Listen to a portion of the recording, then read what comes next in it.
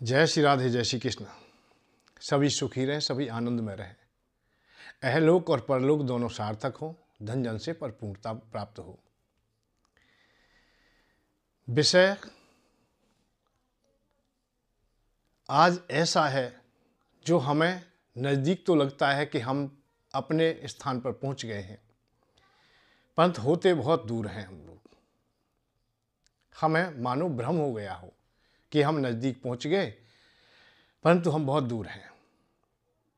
किससे? कि जो हम पाना चाहते हैं, जो हमारी सुख की खोज है, जो हम खोजने के लिए घर से चले थे, हमें ऐसा लगा हमने पा लिया है, परंतु पाए नहीं, केवल भ्रम मात्र हो गया था। अब भ्रम क्यों हो जाता है? क्योंकि बहुत ऐसी अवस्थाएं देखने को मिलती हैं कि हम लोग उनके झमेले में आ जाते हैं, उनकी ठगी में आ जाते हैं। हमें बहुत लोग भ्रमित कर देते हैं या ठग लेते हैं, या हमें झूठ मूठ को इस प्रकार की अवस्थाएं बता देते हैं कि जो हम कह रहे हैं वही सत्य है। कालनेमी बाबा अपनी बात कहते हैं, अपने विचार रखते हैं, बहुत अच्छी प्रकार से रखते हैं, और हनुमान जी को विश्वास जैसा हो जाता है। उनसे अच्छी वार्तालाप भी करते हैं। अब भेद क्या है कि जिसने अपनी बात की, कालनेमी ने अपनी बात कही, तो वो केवल बनावटी बात थी, हृदय से निकली हुई बात नहीं थी, वो पुरानी बातें थी। जो रावण ने बताया वही वो बोल रहा है, या उनके हृदय में रावण बैठा हुआ है। तो बाहर से वो उन्होंने बहुत अच्छी अच्छी बातें की, पर चलते चलते फिर भी वो बार बार रावण का नाम ज़्यादा लेता था, राम जी का नाम बहुत कम लेता था। जबकि राम जी की बड़ाई कर रहे हैं, भगवान राम के लिए कह रहे हैं कि वो ही जीतेंगे, वो ही विजय पाएंगे। चलत होत महारण रावण रावण, ये उन्होंने कहा। राम का नाम ना लेकर के रावण का नाम पहले आ जाता था, बार बार आ जाता था, क्योंकि उसके हृदय में रावण छुपा हुआ था। हनुमान जी ने पहचान लिया। तो ऐसे ही हम लोग जब देखते हैं कि हमें बहुत लोग अपनी ओर आकर्षित कर लेते हैं, खींच लेते हैं, और हम लोग कभी कभी हम ऐसा समझते हैं कि हम बिल्कुल सही जगह पे पहुंच गए हैं, सही व्यवस्था हमारी अब हो जाएगी, हमारा रास्ता सही मिल गया है। आज हम देखते हैं कि लाखों करोड़ों व्यक्ति भागते देखे होंगे हमने, और बहुत जगह ऐसा भी देखने को मिला है कि आप पहुंचे, आपका नाम बता दिया, आपके पैसे बता दिए, आपकी जो जो चीज़ें हैं वो बता दी, सब बातें हैं। पत्नी का नाम बताया, पिता का नाम बताया, गांव का नाम बताया, आपके साथी का बता दिया, या जो जो घटनाएं जैसी बहुत हैं जो घटी हैं वो बता दी, और हमें विश्वास हो गया कि ये महाराज हमें अब सुख की खोज को पूर्ण कर देंगे, अतः हमें सुखी बना देंगे, हमारे अहलोक को परलोक दोनों सार्थक हो जाएंगे। परंतु कभी विचार किया है कि ये क्या है? आपका नाम बता दिया है, और वो बताया जो भूतकाल में था। भविष्य में तुम्हारा कोई नाम बदलेगा वो भी नहीं बताया, भविष्य में कुछ होने वाला है वो भी नहीं, और वर्तमान में जो होने वाला है वो भी नहीं। केवल भूतकाल घटना घट गई है वो बताई, तुम्हारा जो अवस्थाएं रही हैं वो बताई, परंतु उन्होंने वो नहीं बताया जो उन्हें कुछ बताना चाहिए था। क्योंकि हर व्यक्ति ये नहीं चाहता है कि मैं भूतकाल में सुखी हो जाऊं, भूतकाल में मैं राजा हो जाऊं, मैं धनवान हूं, बलवान हूं, श्रीमान हूं, भूतकाल में हूं। हर व्यक्ति चाहता है कि मैं भविष्य में ऐसा कुछ पालूं। हम लोग, संत लोग, महात्मा लोग, जितने भी लोग हैं जिनकी जो इच्छाएं रहती हैं वो भविष्य की ही रहती हैं। भाई व्यवसाय कोई कर रहा है तो वो भविष्य के लिए कर रहा है कि कल मेरा अच्छा व्यतीत हो, आने वाली पीढ़ियां मेरी सुखी रहें, ये कामना लेकर के वो व्यवसाय करता है, अर्थ कमाता है, मेहनत करता है, परिश्रम करता है, बुद्धि विवेक का विप्रयोग करता है। किस लिए? कि मेरा भविष्य अच्छा रहे। और भविष्य जिनका अच्छा है, या कामनाएं जिनकी अच्छी हैं और वो उन्हें प्राप्त होती हैं, तो वही सुख है। वो सुख की खोज है कि भविष्य हमारा अच्छा हो जाए। संत महात्मा लोग और क्या करते हैं भाई? संत लोग वर्तमान की अवस्था चाहे हमारी कोई भी रहे, हम व्रत रहते हैं, भूखे मरते हैं, हम उपवास करते हैं, हम भोजन छोड़ देते हैं, तो वर्तमान तो हमारा कष्ट में है, क्योंकि वर्तमान में तो हम लोग भूखे हैं भाई। परंतु भूख को क्यों स्वीकार किया हमने, क्यों सहन कर रहे हैं? कि हमारा भविष्य अच्छा हो। संत लोग, योगी लोग जितने भी तपस्या करते हैं, व्रत करते, उपवास करते, समाधि लेते हैं, वेदों की ऋचाओं का उच्चारण करते, ध्यान समाधि नाम उच्चारण करते, जो भी काम करते हैं वो भविष्य के लिए करते हैं कि भविष्य हमारा ठीक हो जाए। और वर्तमान की अवस्थाएं तो जो हैं तुम्हारे पास में हैं, उन्हें तो किसी को बताने की आवश्यकता नहीं है। कोई बताए तुम्हें तो भी वो व्यर्थ है, और नहीं बताए तो भी, क्योंकि वर्तमान तो तुम्हारे नजदीक है, तुम्हारे सानिध्य में है, तुम्हारे पास है, वो दूर नहीं है। और वर्तमान ही ऐसा है जो साक्षी है, वर्तमान ही ऐसा है जो स्वयं तुम हो। वर्तमान को कोई भी ना तो ला के दे सकता है, ना उधारी में कहीं से मिलेगा हमें। जहां हम हैं, जिस अवस्था में हैं, हम वर्तमान हैं। भविष्य सामने आ रहा है, हमारे चल के आएगा। अब जो जो निर्णय करें, जो जो कामनाएं करें, जो जो इच्छाएं करें, जो जो चर्चाएं करें, वो सब हमारे वर्तमान होती चली जाएंगी और भूतकाल में वो पीछे चली जाएंगी। और जो भूतकाल में चला गया वो वापस नहीं आने वाला है, उसका तो कोई विशेष लाभ मिलने वाला नहीं है तुम्हें। हाँ, वर्तमान में तुमने कुछ अच्छा कर दिया है, अच्छा तुमसे हो गया है, भूतकाल में कुछ समय के लिए वो गाया जाएगा, उससे कोई ना कोई शिक्षा भी मिलेगी, या विपरीत किया है तो दुत्कार भी मिल जाएगी। तो वर्तमान तुम्हारा ठीक रहे और भविष्य की कामना हमारी ठीक रहे। भविष्य के वर्तमान से ही भविष्य का निर्माण किया जाएगा। यह भी और ध्यान कर लेंगे कि वर्तमान से ही भविष्य का निर्माण होगा। इस जीवन में या आज हम अच्छे कर्म कर लेते हैं तो आगामी हमें भाग्य के रूप में वही वापस मिल जाएगा, वही शुल्क के रूप में मिल जाएगा, वही पगार के रूप में मिल जाएगा। तो हम देखते हैं भाग दौड़ हो रही है, किसी के पास कहीं भी समाधान नहीं दिखाई देता। समाधान क्या है कि हमारा भविष्य क्या है, हमें मिलने वाला क्या है, इसकी क्या गारंटी है। तो भविष्य की किसी के पास गारंटी नहीं होती। चाहे आपको कोई त्रिकालदर्शी दिखाई दे रहा हो, चाहे कोई तुम्हारा कुछ भी कोई काम कर रहा हो, चाहे तुम्हारे पूरे खानदान के 100 पीढ़ियों के बखान कर दे, तो भूतकाल का ही करेगा। और भूतकाल किसी काम नहीं आया, इसलिए भगवान ने कहा कि भूतकाल की तुम बात स्वयं जान सकते हो, ये तुम्हारे अधीन कर दी मैंने। इसलिए भविष्य को परंतु उन्होंने अपने अधीन रख लिया, अपने पास रख लिया, इसे किसी को नहीं दूंगा मैं। वर्तमान तुझे दे दिया है, तू स्वयं देख ले कि तेरा निर्णय क्या है। और भविष्य भगवान ने अपने पास रख लिया। जब ही कहते हैं हानि लाभ जीवन मरण यश अपयश विधात, आगे क्या होने वाला है, हानि होने वाली है, लाभ मिलने वाला है, यश मिलेगा, अपयश मिलेगा, जीवन तुम्हें मिलेगा, मृत्यु तुम्हें प्राप्त होगी, क्या होगा, ये भगवान के अधीन है। ये इन्हें कोई नहीं अपने बस में कर सकता है। तो ये अवस्थाओं को हम लोग समझते हुए हम लोगों को करना क्या है, ये विशेष करके बात है। और हम लोग क्या है कि हम भूतकाल को ही जानने में गदगद हो जाते हैं कि वो महात्मा बड़े सिद्ध हैं, वो बहुत अच्छी बात बता देते, वो हमारा नाम बता दिया जाते जाते। अरे यार, नाम बता दिया तो तुझे लाभ क्या हो गया? पूरा गांव तो चिल्ला रहा है, तेरा नाम ले लेके सब चिल्ला रहे हैं, सब चिल्ला रहे हैं, सब नाम है। अब उन्होंने ले लिया तो क्या बड़ी बात हो गई? जो नाम तेरा था वो बता दिया। तेरी माता थी, तुझे पता थी मेरी माता है। तुम्हें व्यवसाय में नुकसान हो गया, वो बता दिया है कि भाई तेरी एक नुकसान भी हो गया, हानि भी हो गया है, तो वो भी तुम्हें पता था। हम बड़े विचित्र अवस्था, जो हमें ज्ञात है उसे ही कोई हमें ज्ञात करा दे तो हम खुश हो जाते हैं। वैसे ये बढ़िया भी बात है, और इसी वृत्ति को आप बनाए रखें तो परमात्मा के सानिध्य तक जाने में फिर तुम्हें कोई नहीं रोक सकता। तुम सहजता से पहुंच जाओ। यदि ये भी तुम्हारी विचारधारा अच्छी हो जाती है, कोई बता दे और तुम स्वीकार कर लो, तुम खुश हो जाओ। तुम्हारे अतीत को कोई जगा दे, तुम्हारे भूतकाल को बता दे तो तुम खुश हो जाओ। परंतु हम देखते हैं बड़ी चातुरता रखते हैं, यहां का बताता है कोई तो उससे तो खुश हो जाते हैं, परंतु कुछ ऐसा भी छुपा होता है और उसे कोई बताता है तो तुम खुश नहीं होते।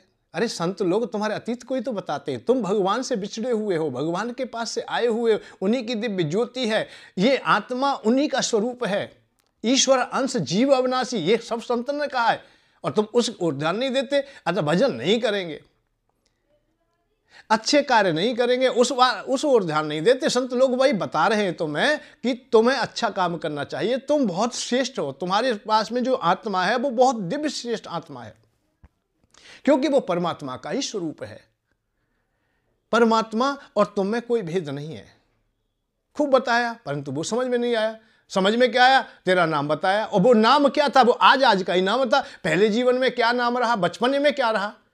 इसी जीवन में हर व्यक्ति के अनेकों नाम हो जाते हैं। माँ जब वो लोरी सुना रही है तब वो अलग नाम ले रही है, पिता बोल रहे हैं तब अलग रह रहे हैं, मित्र सखा बोलते तब अलग लेते हैं। अब विद्यालय में जाते हैं, गुरुकुल में जाते हैं, वो जब नाम अलग होता है। और बड़े हो जाते हैं, कोई व्यवसायी हो जाते हैं, जब नाम अलग अलग हो जाता है, कोई पद मिल जाता है, फिर नाम इधर से उधर हो जाता है। पूरे जीवन नाम हमारे इधर से उधर चलते रहे। कभी हमारी बुद्धि के अनुसार नाम होते हैं, कभी हमारी क्रिया के अनुसार नाम होते हैं। भाई हमने काम किया, कोई भी हमने गंवारपने का काम कर दिया, अराजकता का काम कर दिया तो उससे संबंधित नाम रख दिया। हमने मूर्खता का कर दिया तो हमें गधा तक कह दिया गया। भाई हम जैसा जैसा कर्म करते, जैसा जैसा काम करते, ऐसे ही नाम हमारे यहाँ होते। तो नाम तो स्थिर है नहीं, और जो बताया उससे तुम खुश हो गए नहीं। हमारे भविष्य में क्या है? कोई निर्धन व्यक्ति है, कोई ऋणी है व्यक्ति, और महाराज के पास गए, महाराज ने आते ही बता दिया तेरा नाम ये है, तेरी पत्नी का ये है। वो ठीक है, हो सकता है कि ये विश्वास हो जाए कि इन्हें बहुत कुछ मालूम है, परंतु नहीं, मैं आज बताना चाहता हूं इस सच्चाई को कि उन्हें यहां तक ही पता है कि तुम्हारा नाम बताएंगे, परंतु कल तुम्हें कर्जा तो देना है, वो उपाय उनके पास नहीं है।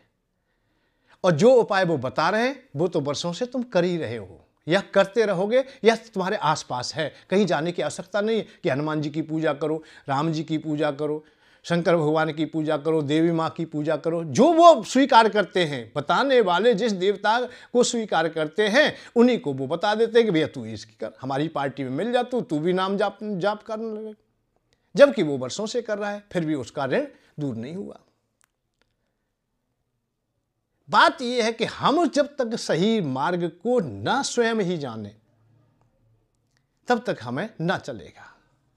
वाणी से त्यागी भये काल ने मुझे स्वरूप, ब्रजवासी सच जान ले क्या तेरे अनुरूप। वाणी से ही हम लोग हो जाते हैं। बताने वालों में भी यही देखा है, काल नेमी की तरह हम कुछ ज्ञात करके और कुछ योग्यता अपना करके, कुछ चातुरता के द्वारा हम लोग ऐसी ऐसी बातें बोलते जिससे दूसरे लोग भ्रमित हो जाते हैं। परंतु हृदय की बात हृदय तक नहीं पहुंच पाती, क्योंकि हृदय की बात नहीं थी, वो बनावटी बातें थी, वो कलाएं विपरीत थी, वो शांति का मार्ग नहीं पा पाते। भाई जिसे भूख है उसे भोजन दीजिए, बस इतनी बात है। अब उसे बताएं 3 दिन से भोजन नहीं किया है, अमुक जगह गया, वहां मांगा था, वहां भी नहीं गया, और सब कुछ ऐसा ये चलते चलते वानी बात तो सही बताइए, 3 दिन हो गए, 3 दिन भूखे हो गए तुम्हें। मान गया हाँ महाराज जी, भाई जा भगवान का भजन कर, सब बढ़िया बढ़िया दावत मिलेंगी तुझे, चा। बस ये बात है। अब बात ये 3 दिन से भूखा था, तेरे पास में भोजन की व्यवस्था है तो भोजन दे दे। भाई सबसे पहली बात है भोजन दे दे, इसे भूख मिटा दे। जब भूखा है तो भोजन दे दे, निर्धन है तो धन दे दे, वस्त्रहीन है तो वस्त्र दे दे, पैसा नहीं पैसा दे दे। ये ऋणी है, कर्जदार है, तुम्हारे पास करोड़ों पड़े तो 1 लाख 2 लाख भी ऐसे भी दे दे। पुत्र कालदर्शी करोड़ों लेने की इच्छा तो रखते हैं, पर किसी गरीब को लाखों दे नहीं सकते कि भैया तेरा कर्जा पड़ जाएगा, तू सुखी हो जाएगा, तू इसी कामना को लेके आया है।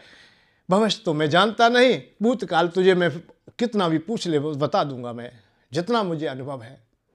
और जितना मुझे अनुभव है वो क्या अनुभव है, तेरा ही अनुभव है। तुझे जो पता है वही मुझे पता है। किसी का पत्नी का नाम वो नहीं बताया जो पति को नहीं पता था, पति को जो नाम पता था वही बताया, स्वयं को पता था वही नाम बताया, अलग किसी ने किसी का नाम बताया ही नहीं। जो तेरा नाम छुपा हुआ था यदि उसे बताता जिसका तुझे भी ज्ञात ना हो तब तो हम जानते, पर बात वही बताई जो स्वयं तुम्हें मालूम थी, अर्थात तुमको ही पढ़ के तुम्हें ही सुना दिया, तुमको ही समझ के तुम्हें ही समझा दिया, बाकी का छोड़ दिया। 3 दिन से भूखा है तो भूखा फिर भी रहे, अब 3 दिन और रहे चाहे 1000 दिन रहे, इसकी जिम्मेदारी हम पे नहीं, वो तो हनुमान जी पर है, वो तो उन अमुक देवता पर है, अमुक गुरु पर है। वो कब तुझे भोजन देंगे ये हम नहीं जानते, ना बताएंगे। इतनी सी बात है, आप लोग समझिए। परंतु हम लोग अपने कर्तव्यों को छोड़ करके हम भाग दौड़ में बहुत लगते हैं कि हम सुखी हो जाएंगे। अरे धन चाहिए हमें तो धन के देवता से प्रार्थना कर ले, बस इतना काम था। जल चाहिए तो जल के देवता से प्रार्थना कर लें, तेज चाहिए तो तेज के देवता से प्रार्थना कर लें, स्वास्थ्य बढ़िया चाहिए तो स्वास्थ्य के देवता से प्रार्थना कर लें।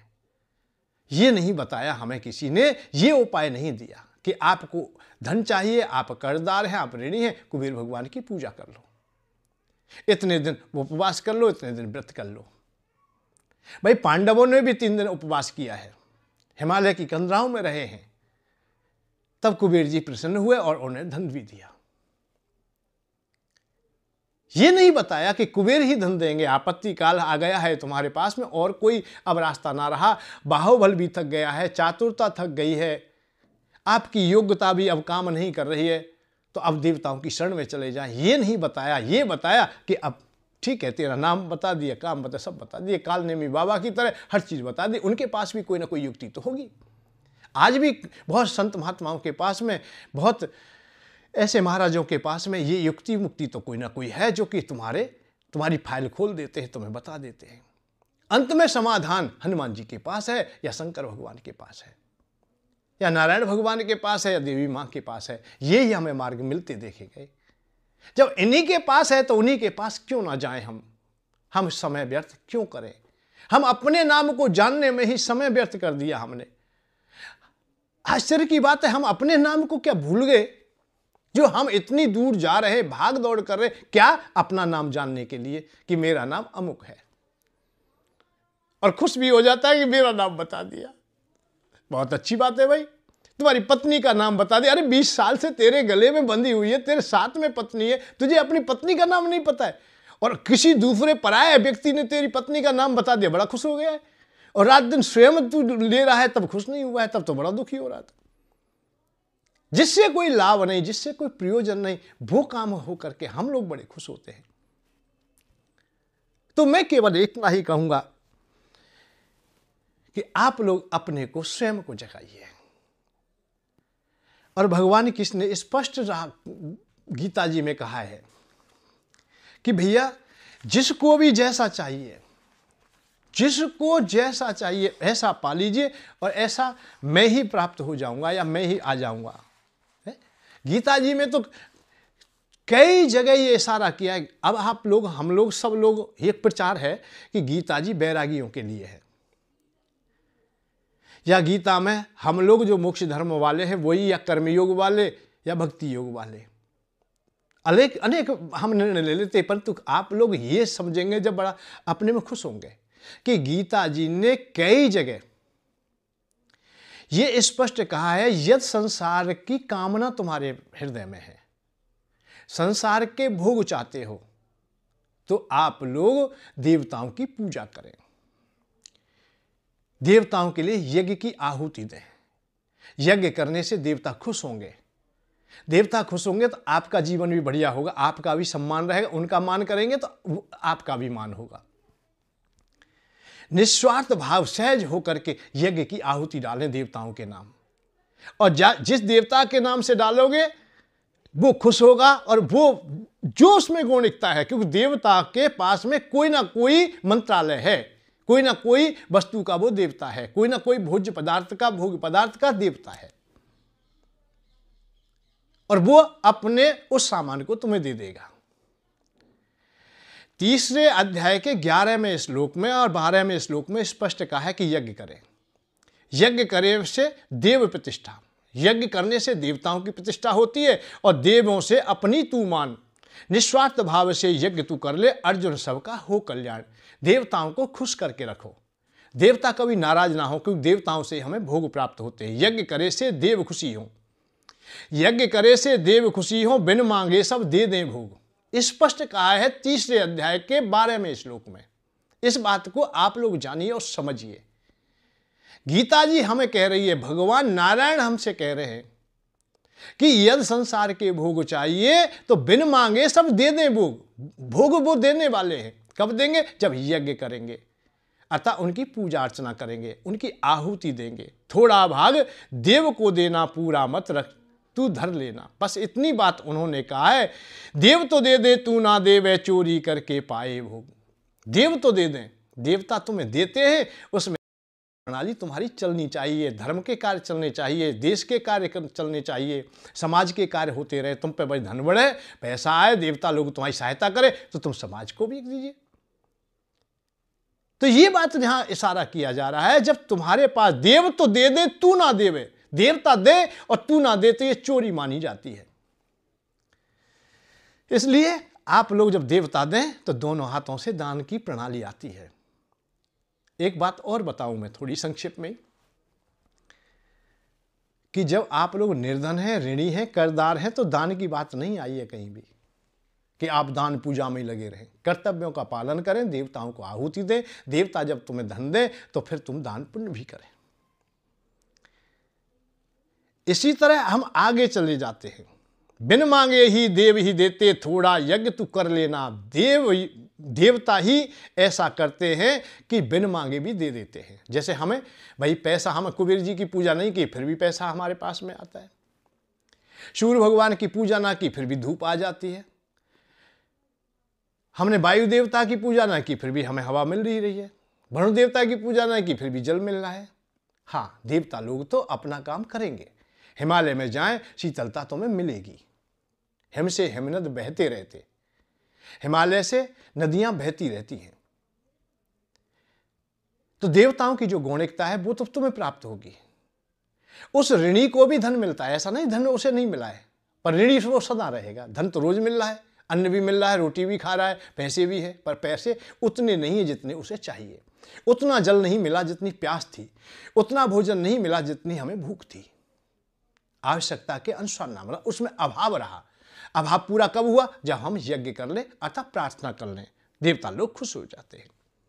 चौथे अध्याय के बारे में श्लोक में भी ऐसा ही इशारा किया है। कर्मों के फल चाहने वाले पूजन देवों का करते। अर्जुन को समझाते हुए कि जो कर्मों का फल, जो यहां काम करते हैं, जो कर्तव्य का पालन करते हैं, जो विशेष कर्म करते हैं अपने अपने वर्ण के अनुसार, जो उसका फल चाहते हैं, प्रतिफल चाहते हैं, जो मजदूरी की है हमने, उसका हमें पगार मिले, उसका पैसा मिले, तो वो देवताओं की पूजा कर ले, देवताओं की पूजा करे।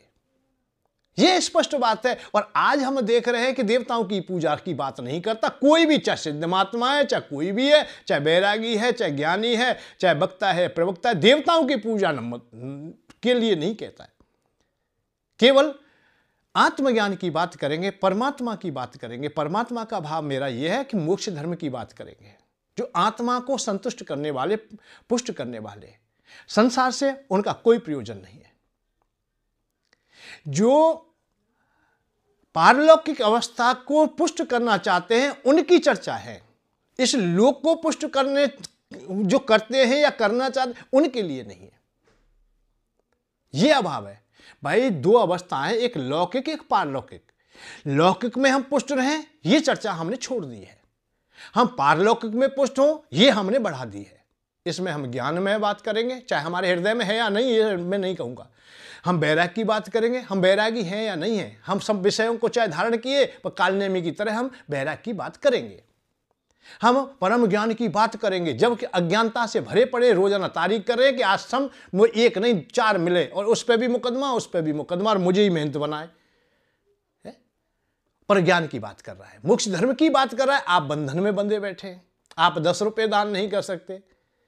अपना जब कभी बिछुड़ता है, कोई बात होता है, सब ज्ञानवान की बातों को छोड़ देता है।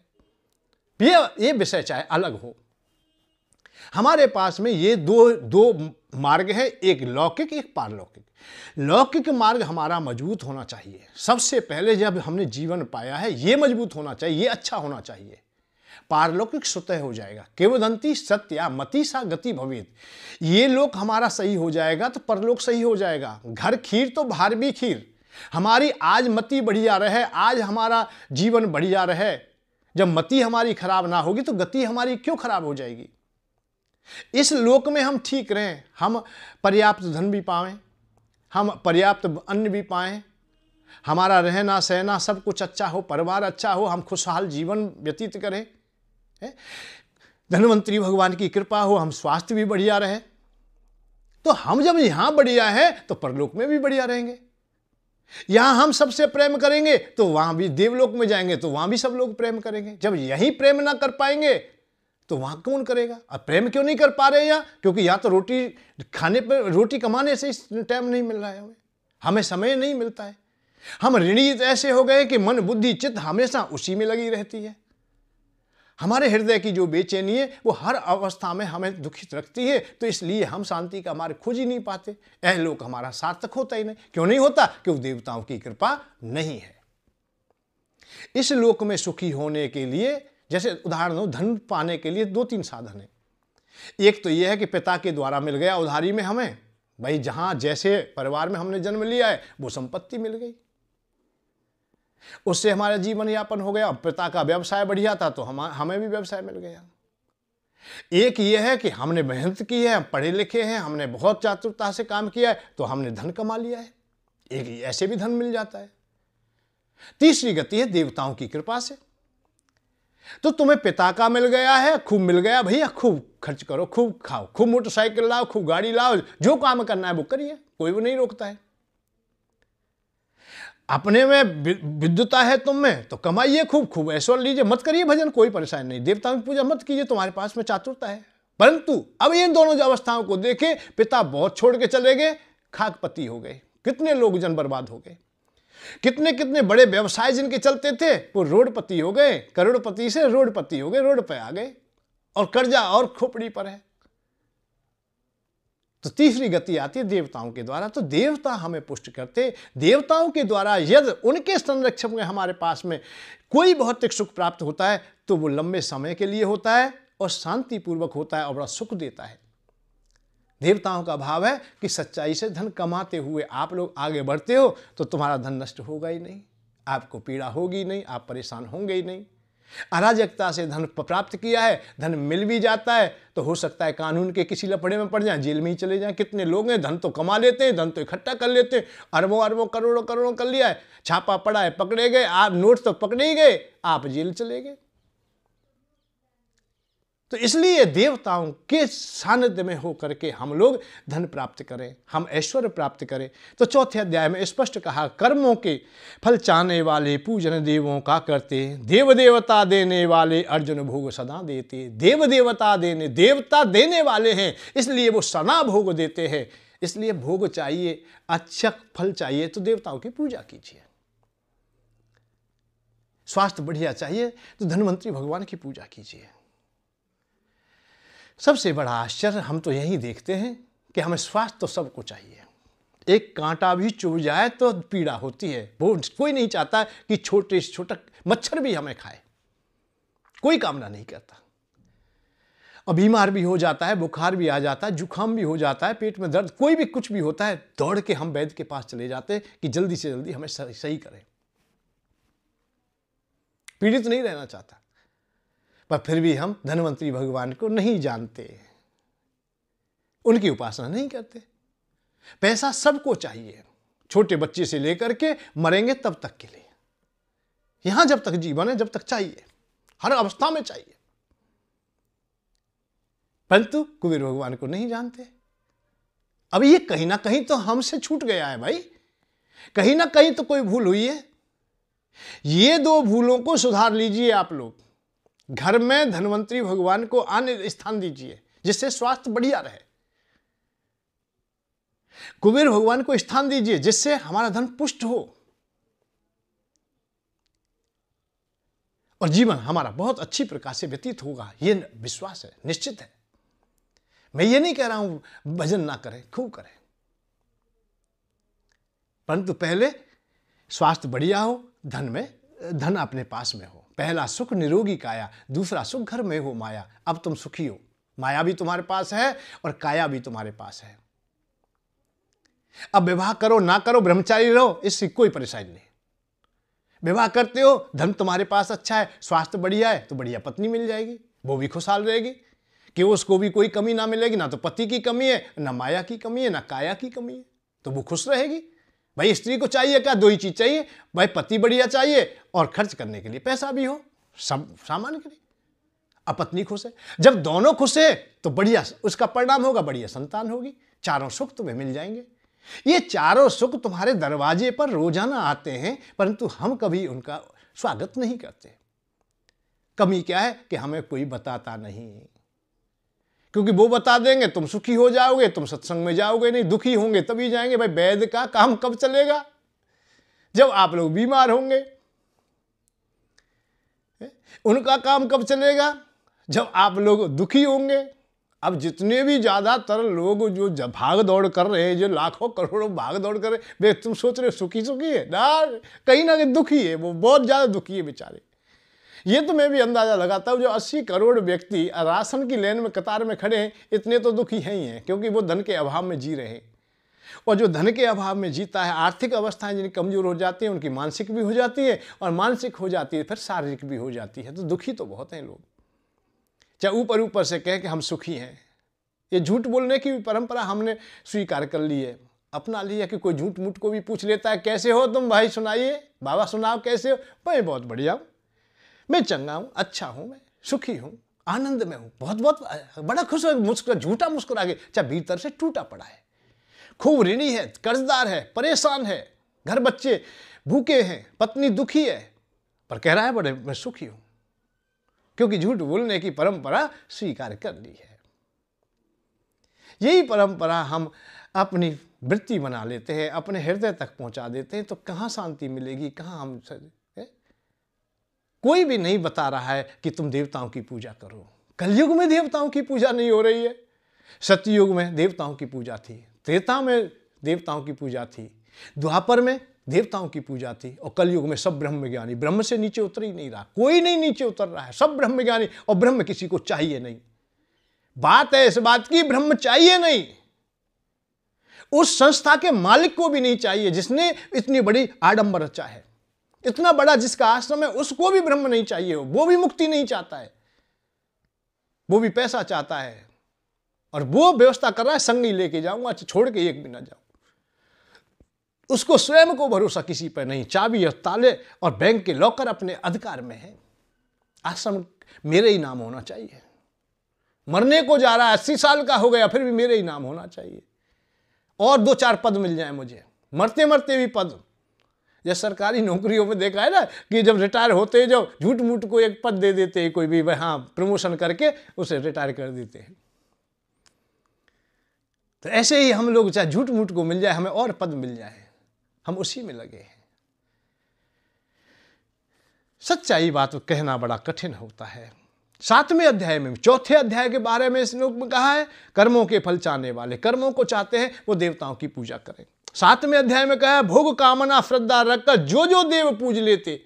ये गीता जी बता रहा हूं मैं, गीता जी में कहा है। जहां बैराग की बात तुम सुनाते हो अधिक विशेष जोर देकर, ये क्यों नहीं सुनाया जाता कि देवताओं की बात कृष्ण भगवान ने कहा है कि देवताओं की पूजा करो। भाई जब तक आपकी कामना विश्राम ना पाए, शांत ना हो, भूख ना मिटे, तब तक आप लोग भजन करने ना बैठे। भजन तब करने बैठना, पहले भूख को मिटा लीजिए। भूखे भजन नहीं होगा, तुम्हारा हर बार मन वहीं जाएगा, हलवाई के पास ही पहुंच जाएगा, उसी रोटी के पास पहुंच जाएगा, उसी भोज्य पदार्थ के पास पहुंच जाएगा जो पास में बन रही है।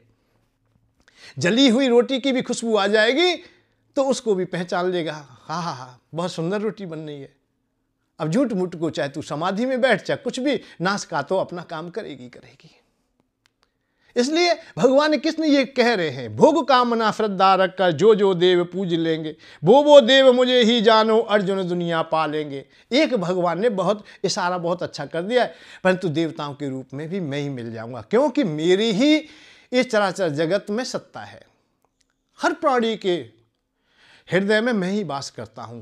कीट पतंग पशु पक्षी लता बस सब में मैं वास करता हूं। मया सर्वमिदं व्याप्तम मयि सर्व प्रतिष्ठितम, मैं सब जगह स्थित हूं, सब जगह प्रतिष्ठित हूं। ये भगवान ने कह दिया कि देवताओं के सानिध्य में भी मैं ही प्राप्त होऊंगा, चिंता ना करो।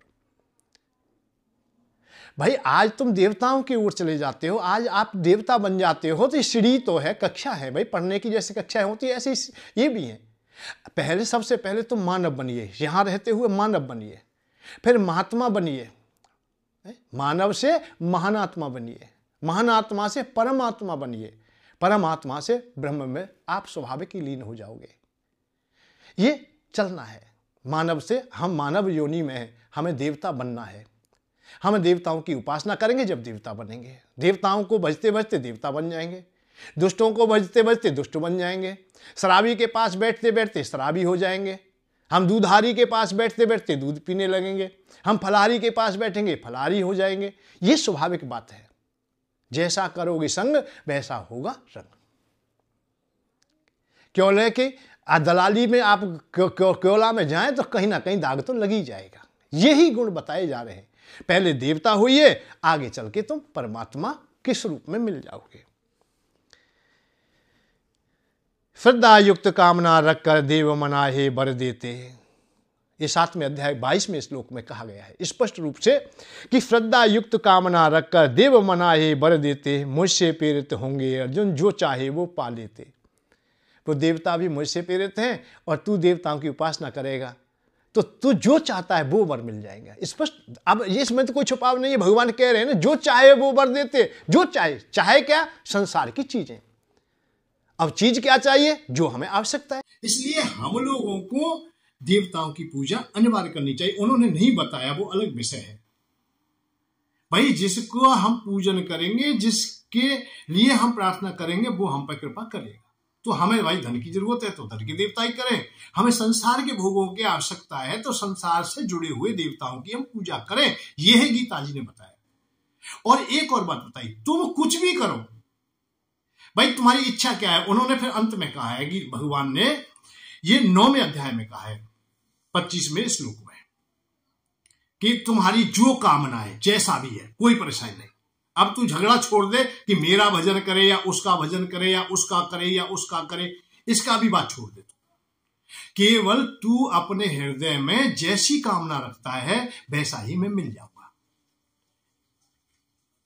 ये ना है तुझे नहीं बदलना है कि अब के हम ये हों, आपके वैरागी हों, आपके ज्ञानी हों, आपके ध्यानी हों, आपके गृहस्थी हों, आपके और कछु हों। ऐसा भी झगड़ा मिटा दिया। उन्होंने क्या कहा कि आप लोग देव पितृ भूतों को पूजे, देवताओं को पूजे तो देवताओं को प्राप्त होगा, पितरों को पूजे पितरों को पूजा मिलेगा। और जैसी पूजा उसे मिले, जैसी पूजा करता है और मुझे पूजता है वो मुझे मिले। मेरी पूजा कर ले अर्जुन, जन्म न मृत्यु उसे मिले। अरे देवताओं की पूजा करेगा तो भोग मिलेंगे तुम्हें, पितृगणों की पूजा करेगा पितृलोक में जाएगा, और मेरी पूजा करेगा तो मुझे प्राप्त हो जाएगा और जन्म मृत्यु के बंधन से तू दूर हो जाएगा। तो उन्होंने रास्ता दे दिया है कि तू झमेले में पड़े ही मत। तेरे मन में क्या है, तेरा मन बुद्धि चित्त क्या कहता है, तुझे आवश्यकता क्या है, तेरे हृदय की भूख क्या है, जो तेरी हृदय की भूख है उसे प्राप्त कर ले या उसके अनुसार चल दे। अब हम भूख में क्या है कि भूख भी 3 प्रकार की है भाई, सतोगुणी, रजोगुणी और तमोगुणी। या तमोगुणी तुम्हारी भूख है तो आप लोग दुख खाने में चले जाओगे, कीट पतंग पशु पक्षी आदि महाकष्ट में चले जाओगे। रजोगुणी है तो आप लोग संसार के भोग भोगोगे, देवताओं तक को भी जा सकते हो आप लोग। और सतोगुणी होंगे, सतोगुणी इच्छाएं तुम्हारी होंगी या कामनाएं होंगी तो मुझे प्राप्त कर लोगे, मुझ तक आ जाओगे। तो भगवान ने इस श्लोक में अर्थात 9वें अध्याय में 25वें श्लोक में ये बात स्पष्ट कह दी कि तेरी जो कामना है, तेरा जो व्यवहार है, अब हम मानव हैं, हमें व्यवहार अपने आप ही जानना चाहिए, समझना चाहिए कि हम कैसा करें, किस प्रकार का रखें। भाई परहित में जीना प्रारंभ करें, यही हमारा परम धर्म हो जाए, ये मानवता का धर्म है। हम कम से कम झूठ बोलें, ऐसे अवसरों पे तो झूठ ना बोलें जब हमें आवश्यकता नहीं है, काम नहीं है। भाई हमारे घर में अन्न का भंडार है, हम झूठ बोल रहे हैं, पैसा दे करके झूठ बोल रहे हैं कि हम बहुत गरीब हैं, हम प्रमाण पत्र बनवाते हैं, हम पहचान पत्र ऐसा बनवाते हैं कि हम बहुत गरीब हैं सब। तो ऐसी झूठ बोलोगे तो तुम भोगोगे, इसमें बनना तो भगवान बचा। जबकि तुम्हारी बुद्धि कह रही है घर में भोजन है, तो फिर हम क्यों दूसरे के यहाँ भाग दौड़ करें। भाई तुम्हारी आवश्यकताएं जैसे जैसे पूरी हो रही है और उसे सतोगुणी और रजोगुणी तक ही रखिए। रजोगुणी भी रख लीजिए, कोई बात नहीं, तुम्हारा जीवन बहुत बढ़िया है, पर तमोगुणी की ओर ना आने दीजिए। वही ये जीवन का लक्ष्य है।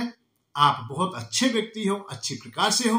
वैसे मैं एक बात इशारा पुनः कहना चाहूंगा कि आप लोग भूतकाल को ज्यादा ध्यान ना दें। भूतकाल से प्रेरणा प्राप्त करते हैं और भविष्य का निर्माण करते हैं, वही हमारा भाग्य बन के हमारे सामने आ जाता है। और वर्तमान तो स्वयं ही जीना पड़ेगा, हर कदम चलना पड़ेगा, हर अवस्था में तुम्हें स्वयं ही जागृत होना पड़ेगा। और भविष्य की कामना तो सब रखते हैं भैया, भविष्य की कामनाओं के बगैर तो जीवन है ही नहीं। हर कोई चाहता है कि आने वाला युग, आने वाला समय मेरा अच्छा हो, अच्छा व्यतीत हो। इसलिए भूतकाल की चर्चाओं से, अपने नाम को जानने से तुम्हें कोई शांति नहीं मिलने वाली। अपनी पत्नी या अपना पता जानने से कुछ भी नहीं। जो तुम्हें पहले से पता है उसको किसी ने तुम्हें बता दिया है तो कोई विशेष बात नहीं है। बात यह है कि भविष्य तुम्हारा कैसे अच्छा बने, और वो कोई बनाता है, वो कोई मार्ग बताता है तो वही ठीक है, वही श्रेष्ठ है। इसलिए आप लोग अहलोक और परलोक दोनों को सार्थकता देने का प्रयत्न करें। जय श्री राधे, जय श्री कृष्ण। आप सुखी रहें, आनंद में रहें। कल पुनः फिर कोई ना कोई चर्चा होगी। जय श्री राधे, जय श्री कृष्ण।